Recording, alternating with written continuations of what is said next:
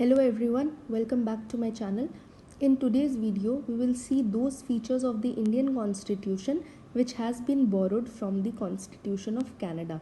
So इसमें mostly वो powers दिए हुए हैं जो हमारे सेंट्रल गवर्नमेंट के पावर्स हैं. तो हमारे सेंटर के बहुत सारे ऐसे पावर्स हैं, कुल मिला के 3 पावर्स हैं जो हमने कनाडा के कॉन्स्टिट्यूशन से बोरो किया हुआ है. इसको हम एक ट्रिक के थ्रू याद रखेंगे. जो ट्रिक है, पहले मैंने एक सर्कल बनाया है, फिर इस सर्कल का जो सेंटर है हमारा, यहाँ सेंटर मतलब सेंट्रल गवर्नमेंट है. ठीक है, यहाँ सेंटर का मतलब सेंट्रल गवर्नमेंट है. और ये जो हमारा सेंटर है इसके 3 पावर्स हैं. देखो, एक गवर्नर, एक एफ, एक आरपी. आप ऐसे याद रखोगे, एक सेंटर बनाओगे, सेंटर पे गवर्नर, एफ, आरपी.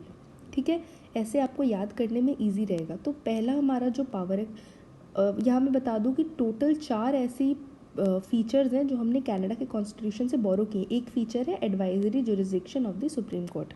तो सबसे पहला फीचर है हमारा कि सेंट्रल गवर्नमेंट का जो पहला पावर है वो है appointing the governor of the states.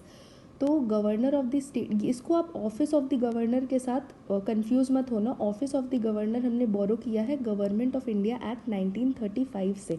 और यहाँ सेंटर का जो पावर है अपॉइंट करने का गवर्नर को, ये हमने कनाडा के कॉन्स्टिट्यूशन से बोरो किया है.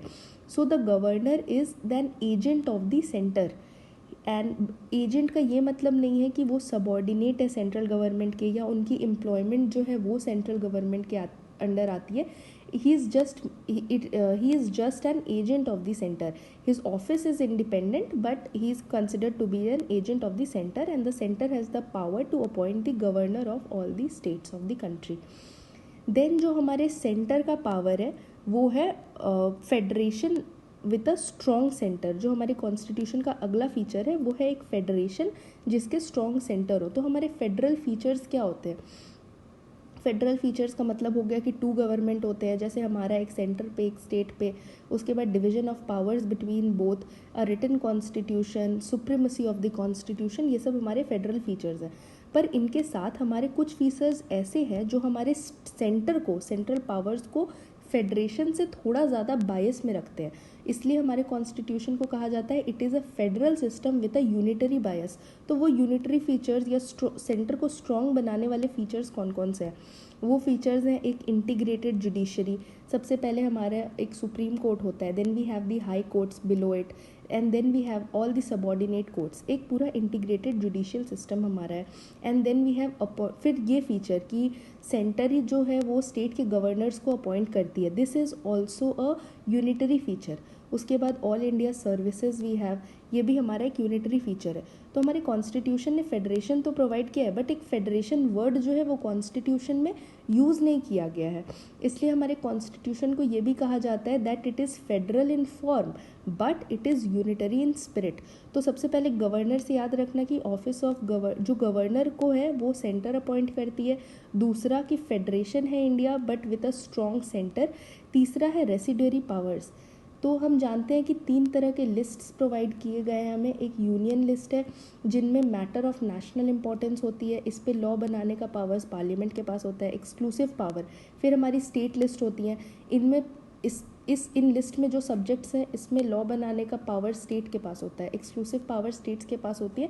एक्सेप्शंस होते हैं कि बहुत सारे केस में पार्लियामेंट भी है जो स्टेट के लिस्ट पर लॉ बनाती है, पर वो एक्सेप्शंस होते हैं. Then we have the concurrent list and the matters enumerated in this lists, the law on these matters can be made by both the center and the states.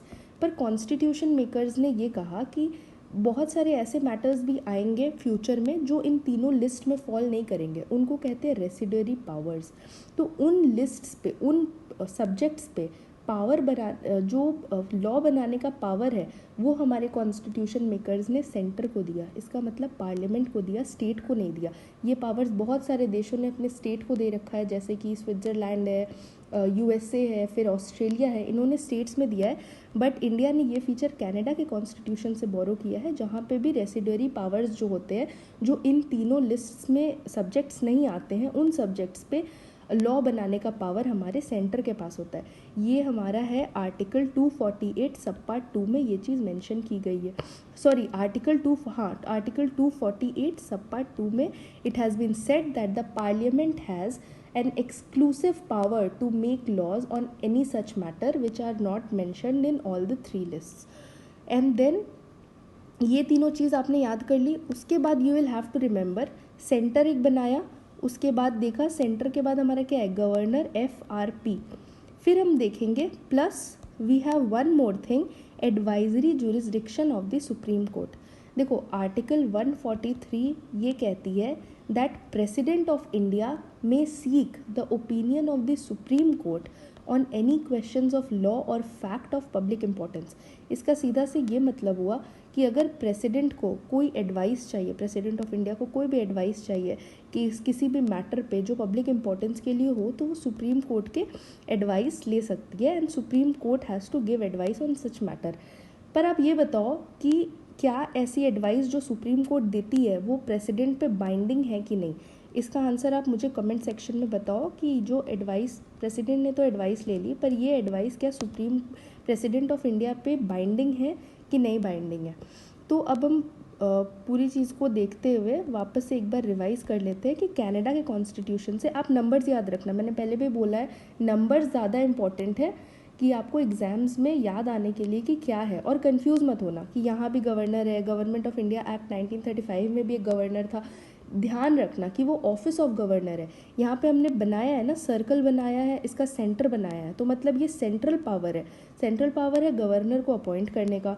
फिर central power है कि strong centre है और federation है. India को federal बनाया गया है बट सेंटर को स्ट्रॉन्ग किया गया है. फिर रेसिडरी पावर्स भी जो है वो हमारे सेंटर के पास है. एंड प्लस एक और चीज़ है जो है advisory jurisdiction of the supreme court under article 143. These are the 4 features which we have borrowed from the constitution of Canada. And please अगर आप इस वीडियो को 2 बार देखोगे you will be able to remember and produce in the examination. I have tried to make it more simple.